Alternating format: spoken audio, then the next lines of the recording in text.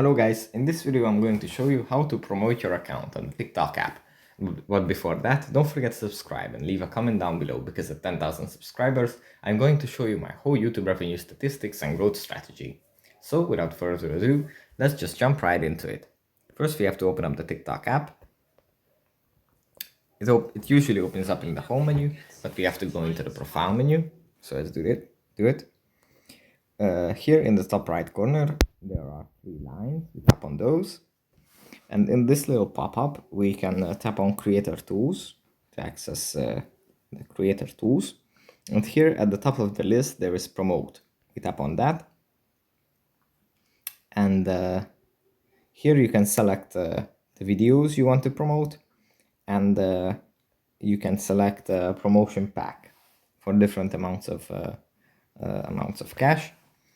And you can also check the dashboard for performance data, and here other things too. But here you can get the promotions. So that's pretty much it for this video. Don't forget to subscribe, and I'll see you in the next one. Bye.